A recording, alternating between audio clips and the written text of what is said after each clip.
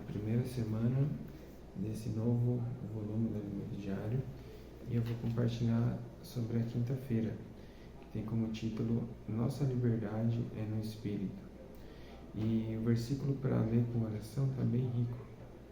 Gálatas 5,13, ele diz assim: Vós, irmãos, fostes chamados à liberdade, porém não useis da liberdade para dar ocasião à carne. Sede antes servos uns dos outros pelo amor. Ó Senhor Jesus, graças a Deus, o Senhor nos abriu um novo e vivo caminho, pela morte e ressurreição dele. Nós, Senhor Jesus, nós nos unimos a esse fato, quando nós cremos no Senhor. E por conta disso, nós não precisamos mais cumprir nenhuma lei, nenhuma exigência, Só basta nós crermos, Senhor Jesus. Mas isso, é uma linha bem estreita, porque não podemos usar disso, que não há lei, não há mais exigências para fazer o que quisermos, Mas não, o Senhor nos deu o Espírito, para que a gente dependesse dele o tempo todo. Senhor Jesus.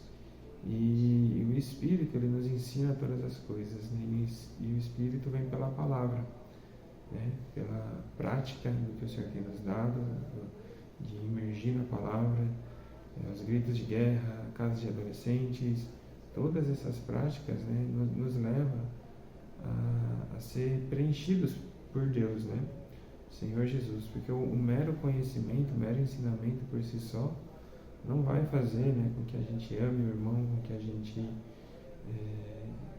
cuide do irmão, mas é a palavra que faz isso, não é que ele fala, não adianta dizer, irmãos, vamos servir e amar uns aos outros, dê um abraço no irmão que está ao seu lado. Quando nós, ele fala assim, vivendo na esfera da carne, em pouco tempo eles brigarão. A única coisa que tem poder para mudar nossa natureza terrena e fazer-nos servir em amor é a vida de Deus, porque Deus é amor. Senhor Jesus, então não é uma questão de comportamento, O que funciona é seguir de perto. Ó Senhor Jesus. Então isso é muito rico, irmãos?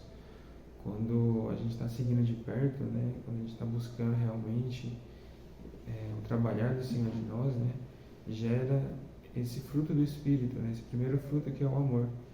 Então, entre nós não vai mais haver brigas, disputas, mas só vai existir o amor. Ele fala assim, se entre nós há disputas, brigas, contendas, ciúmes e inveja, é porque não nos temos alimentado da árvore da vida. O amor é o primeiro indicador de que temos desfrutado da árvore da vida.